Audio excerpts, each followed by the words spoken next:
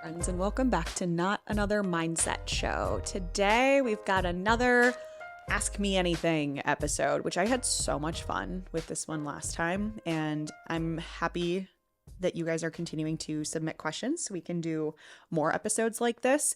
I have a handful of questions here that I pulled both from an Instagram story question box that I put up and also the Q&A form for the podcast, which you can find in the show notes. I'm pretty sure all of the episodes have it in the show notes, but definitely this episode. So if you listen to this, or if you have a burning question for me, please put it into the form that is linked in the show notes of this episode. This can be questions on obviously mindset, behavior change, coaching.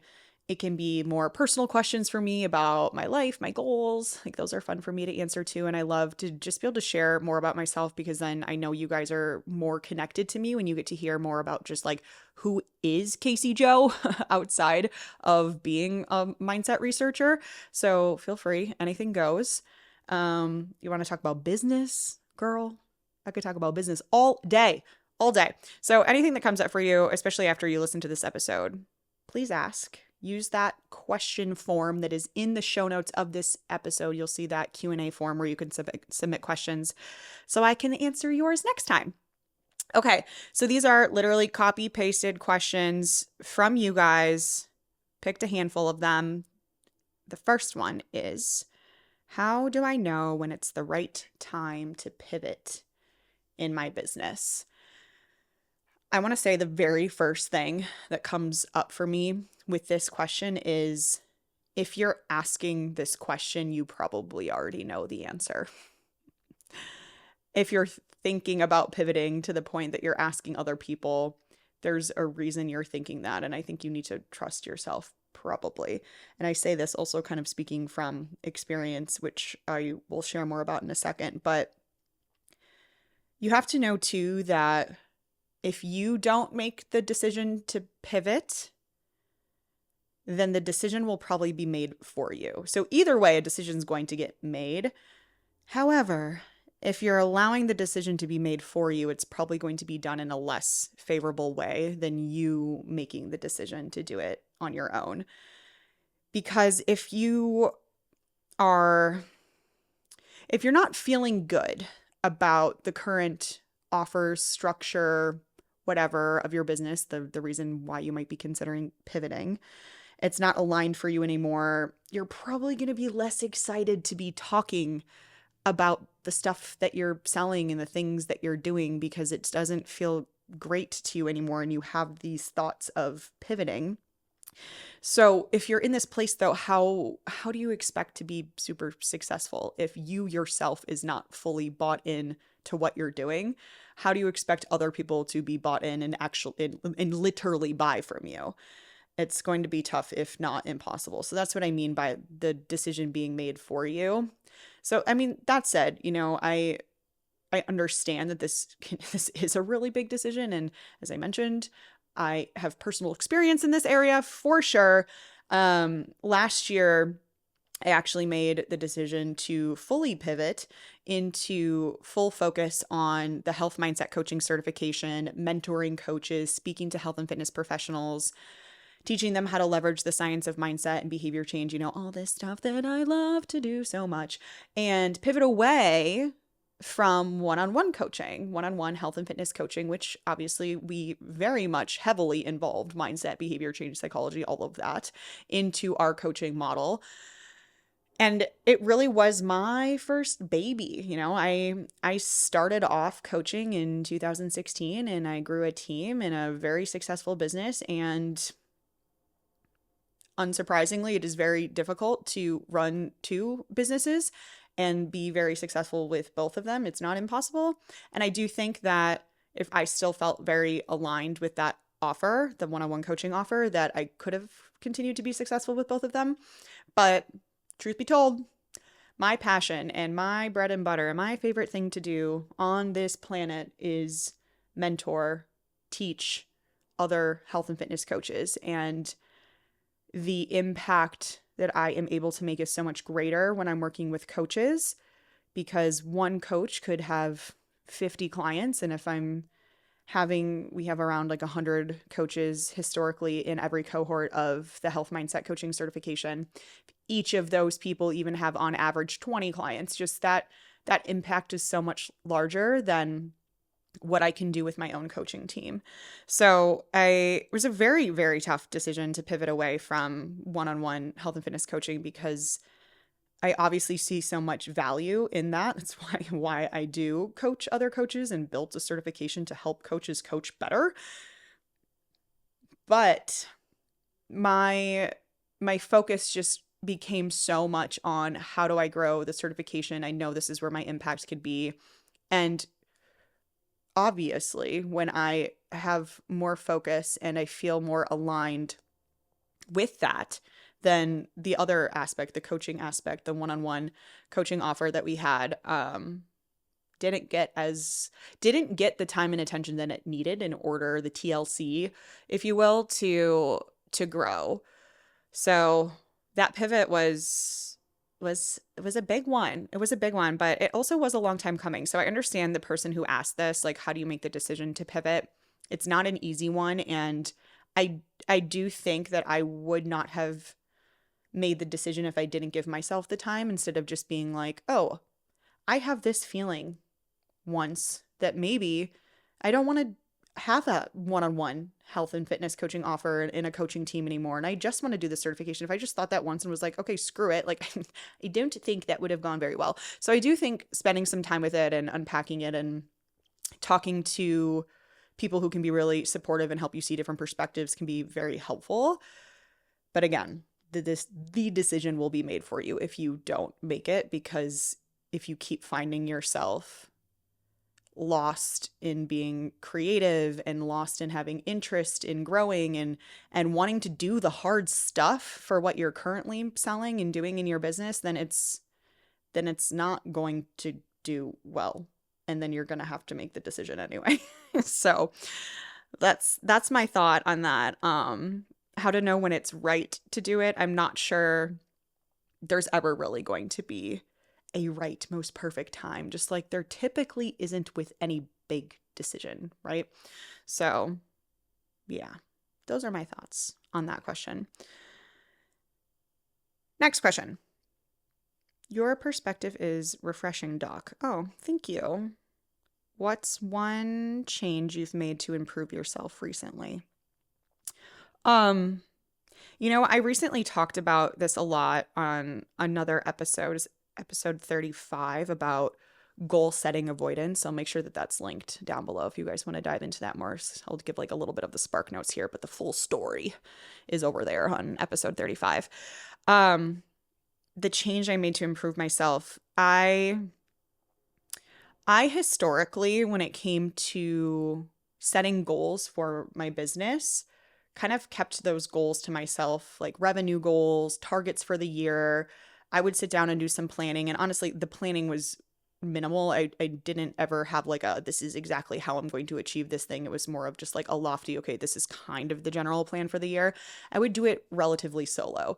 And I am not a solopreneur. I have a team of people who make all of this happen, including this podcast. But I really wasn't sharing a lot of that, and I didn't involve them in the planning process. And it wasn't because I was trying to be secretive or sneaky or keep things to myself, or I didn't want people to be involved, or it wasn't even like a control thing, which I know a lot of business owners deal with, is like relinquishing control and letting other people do things.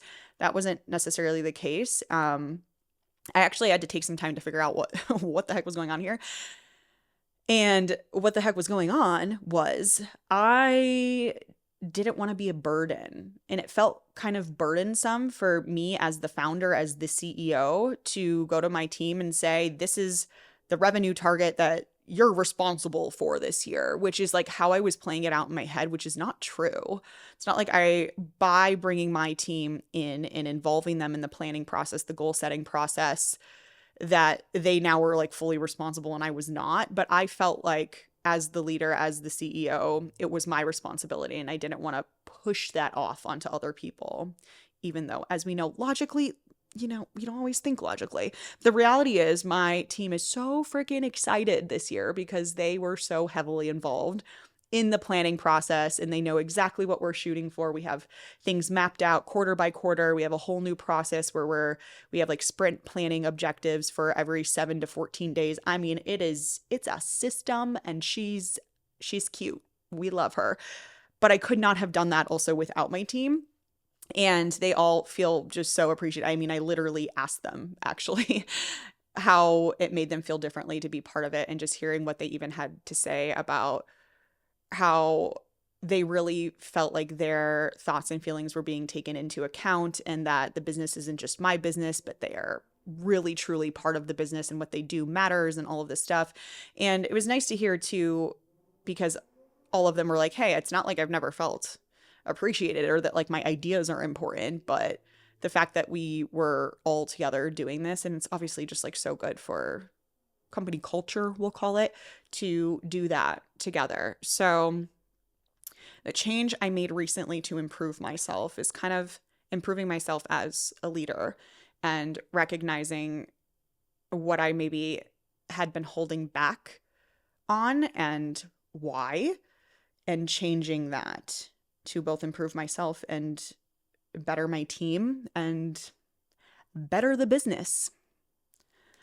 Okay, next question is, have fallen off of workouts over a busy season. What's your go-to for getting back on track with workouts and eating healthier? See, I'm reading this question and I'm thinking it's like about me. Like, what are your go-to tips for getting back on track? And it's impossible for me to answer because this sounds like ridiculous, but it's true. I don't get off track. Like that just doesn't, it does not happen anymore.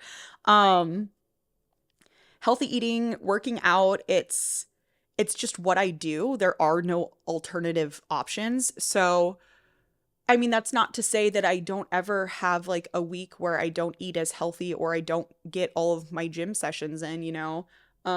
Like currently actually, I'm leaving for a 10-day trip to Australia, and I'm fairly certain I'm not going to be working out at the same cadence or eating as healthy as I normally do when I'm at home. That said, like even me saying that out loud, I'm like, Kasey, but that's not even entirely true, because like I do plan to work out on this trip. I do plan to eat healthy on this trip. But it's also, God, I say these things and I'm like, but again, it's not really a plan, because it's just how I live. Like it's sort of like a zero options mentality in a way, that there is no other option besides eating healthy and taking care of myself and moving my body and making that a priority 90% of the time. And 10% it's like old fashions and raves and lazy Sundays, you know? So I understand though that everyone listening to this, and however, a lot of you are health and fitness coaches that listen to this too, and you can probably understand where I'm coming from, but I think it's important here to note that not everyone listening to this podcast, if you're a health and fitness coach, your clients are not you, and not everyone is that way. So instead, like what I can give you here is, number one, if you're hearing me and going like, yeah, okay, well, sounds easy for you then. It's not like it was always.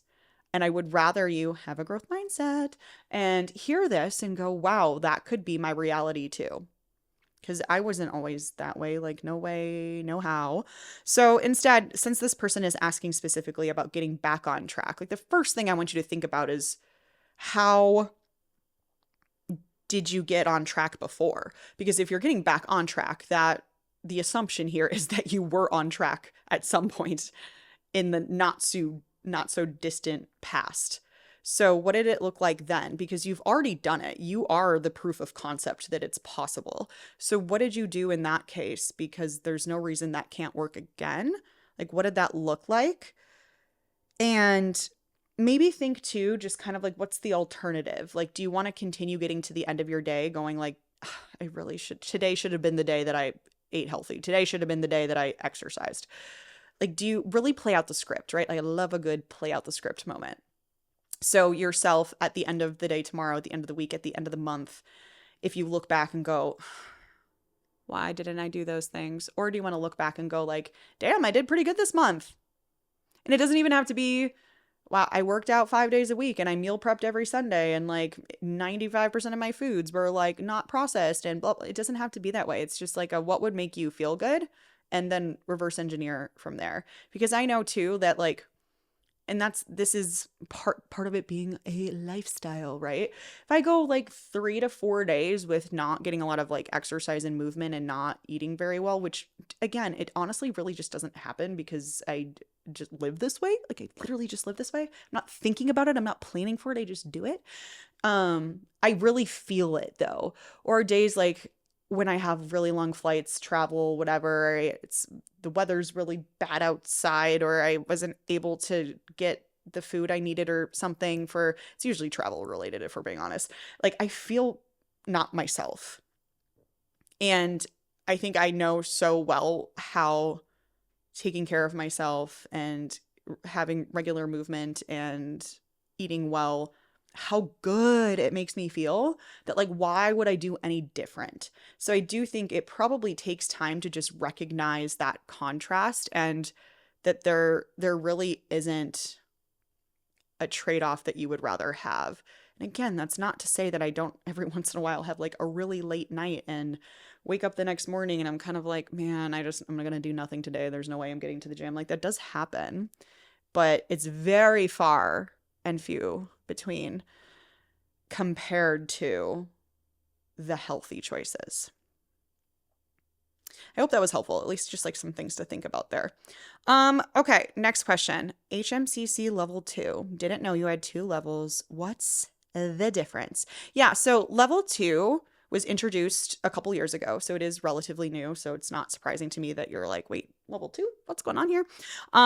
So the health mindset coaching certification, the level 1, the first program that you would go through, what it does is equip coaches with the basics that you need to leverage the science of mindset and behavior change and psychology to help your clients stop self-sabotage and stick to the plan. That's kind of like the basics. And level 2 is the next level after that. And it's very, very application heavy. Not to say that there's no application in level 1. I mean, there's so much application. Like we're talking all the time about like, here's the science of growth versus fixed mindset. And here's the strategies that you can use inside your coaching practices. Like we do that. But level 2 is even more on that, to the point where you're actually taking clients through the program with you. So it's sort of like a apprenticeship in a way.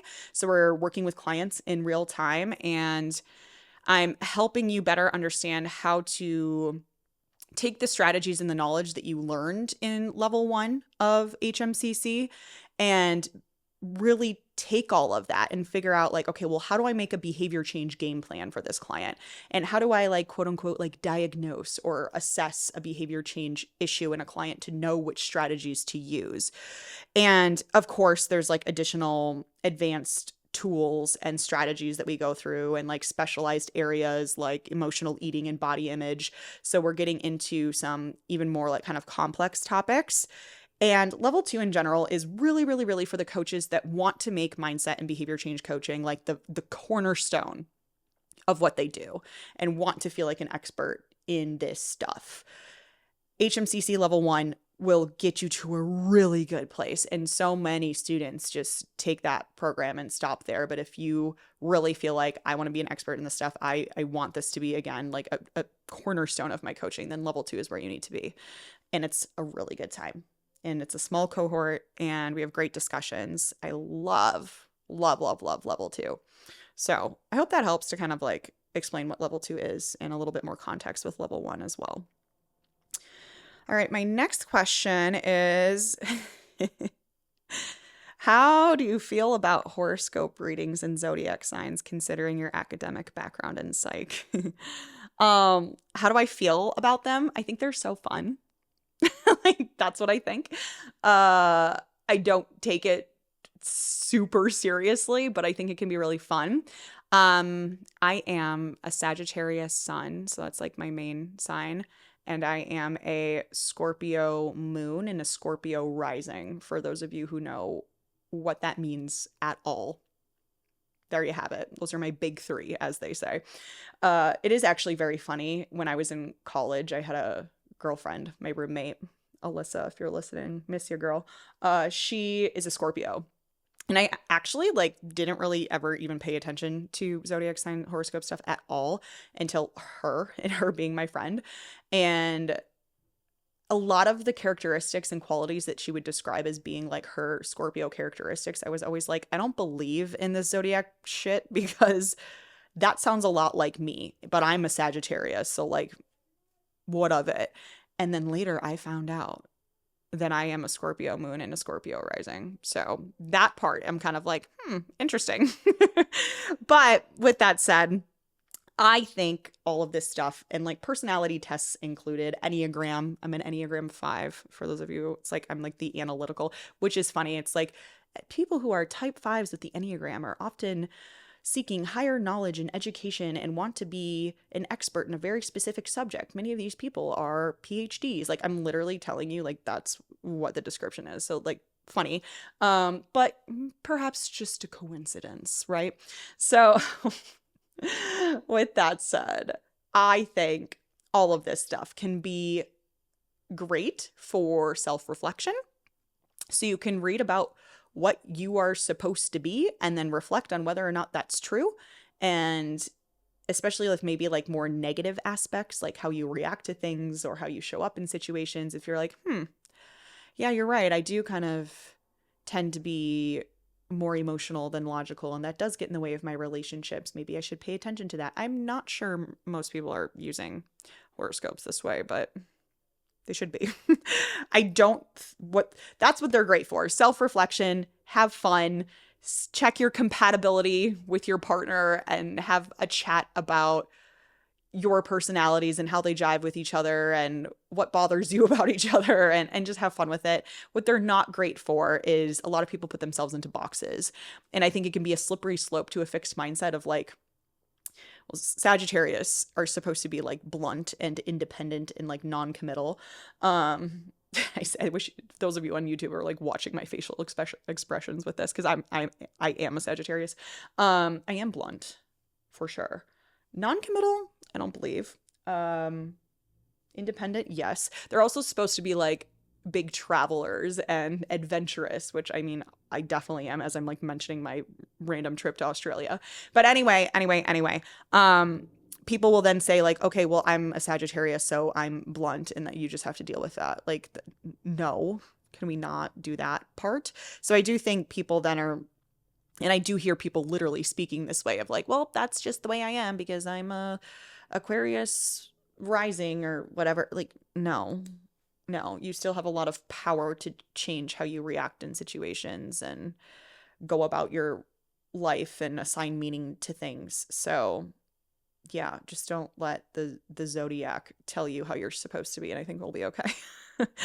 Okay, next question. What is one of the biggest factors you consider for your ongoing business success? Well, I can't not say my mindset. I know that's such a typical response. You're like, big surprise, Kasey. I'm going to fast forward through this part, but please don't. Please don't.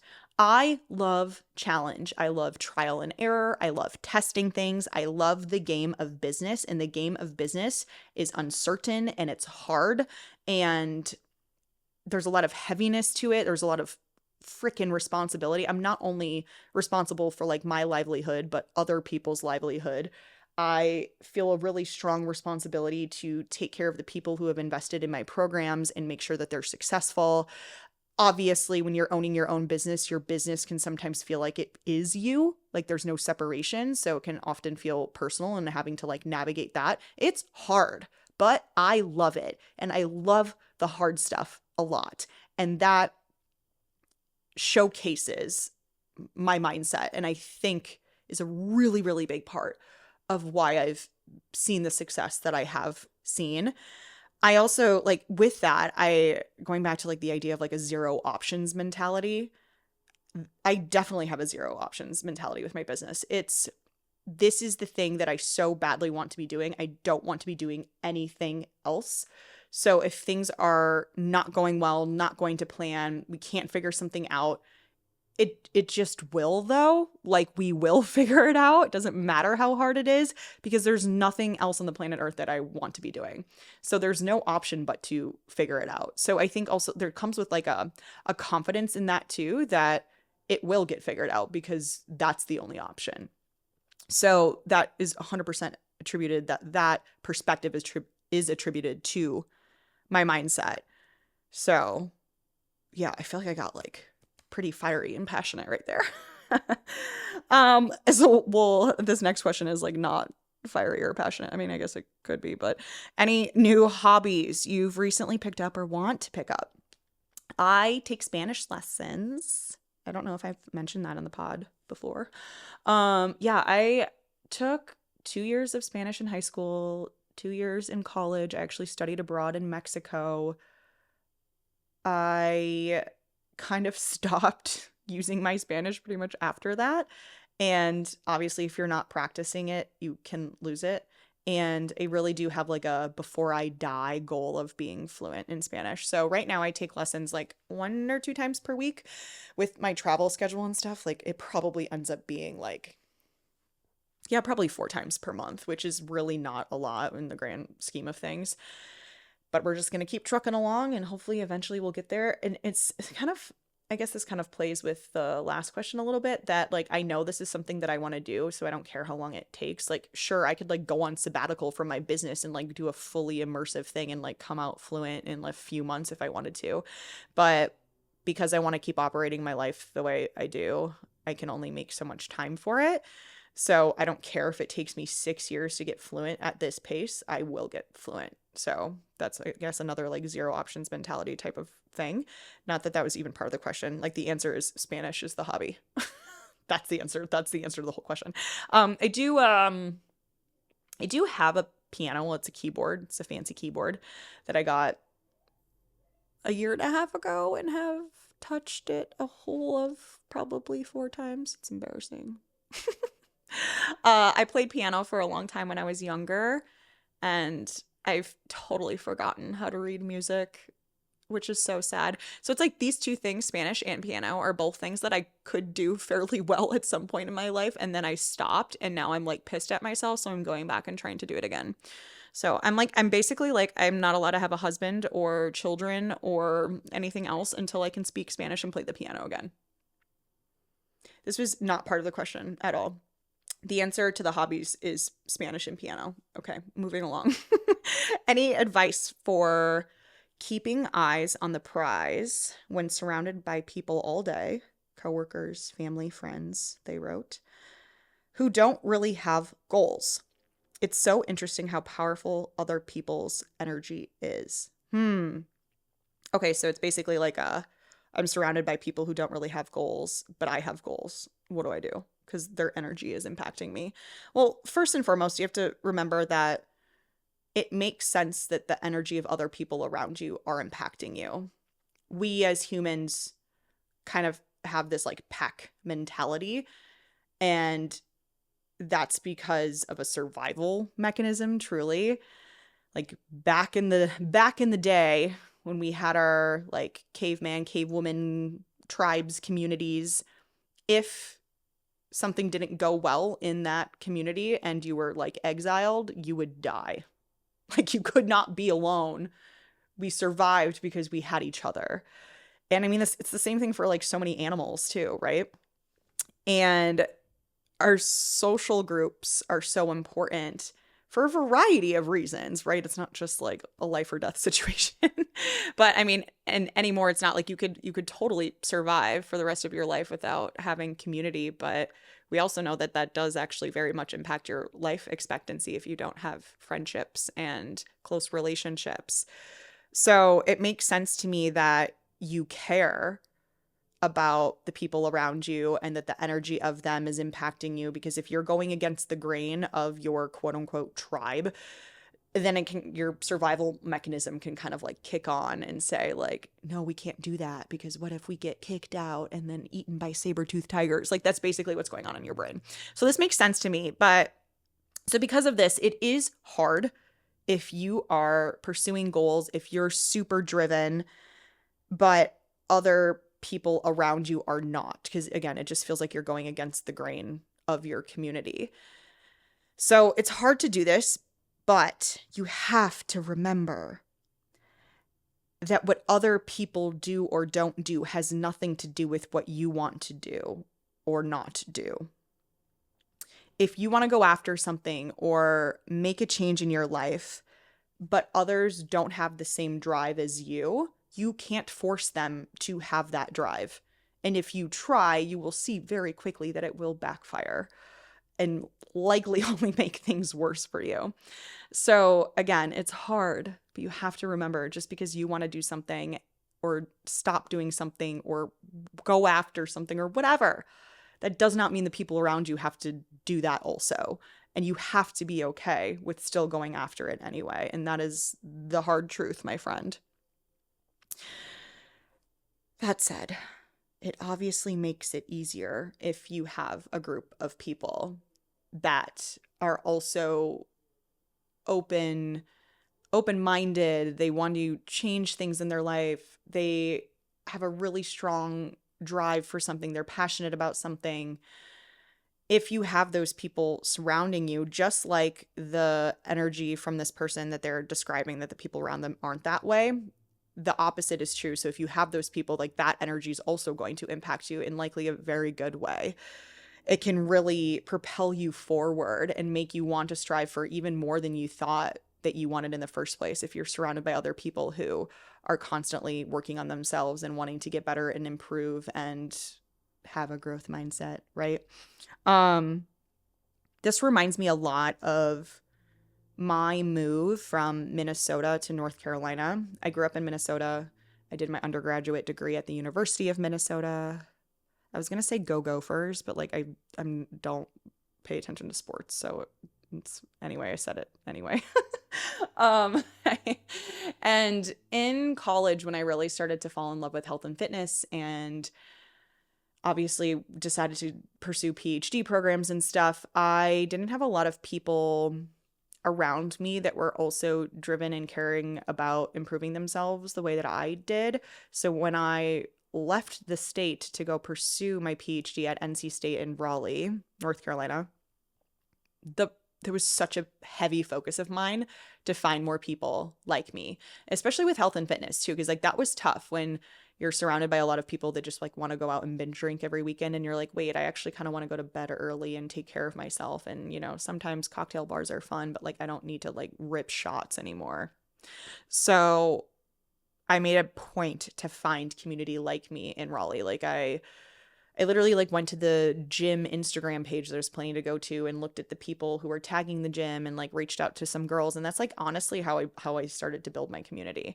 And I've continued to do that, honestly. And I'm so proud to say that my community of people, now living in Austin, Texas at this point, my community of people here in Austin and honestly across the United States, across the world really, are all these people. Like I don't really have people in my life who don't care to improve themselves, who aren't growth oriented, don't see themselves as capable. Like obviously we all have our days, but what's beautiful then is that we support each other and kind of like bring each other back to like reminding each other what we're capable of and what life can look like and staying positive generally. And it does make a big difference. I mean, I would go so far to say that the best part of my life right now is my community. So I really feel for people who, like the person in this question, potentially feels this way, that you don't have that, because it can make things a lot harder and maybe sometimes even make you feel like you're doing something wrong. That by you wanting to improve yourself and have this drive and have all of this like desire to grow and develop and be successful, that it feels like, oh, am I asking for too much? Am I doing too much? Is there something wrong with me because all these people around me aren't doing that and they're like talking about how I work all the time or whatever? Like I know what that can feel like. Just know that there are other people out there, and ultimately, like if you are in a position where you can't find more people or different people to surround yourself with. Like, first and foremost, you can definitely do that. And doesn't mean you have to like ditch your other friends, but you can connect with more people that will give you that outlet and give you the support that you're looking for. But again, the people around you do not need to change because you're changing. They do not need to do things that you're doing because you are. And they don't even really need to understand it. And you can still do it anyway. So I will leave you with that. Okay, those are the questions I have for this episode. Again, I really enjoy this. So I would love more questions from you. There is, again, a form in the show notes of this episode. If you expand that, look at the description of the episode where you can submit questions. So if anything came up for you while I was talking, please put them in there so I can answer your question next time. And let me know how you liked this episode, how you like the Ask Me Anything episodes, because I'm planning to keep doing them unless you guys tell me otherwise, because they're fun for me too. Okay, my friends, thank you so much for your time and attention. I appreciate you so much, more than you know. And I will see you next time.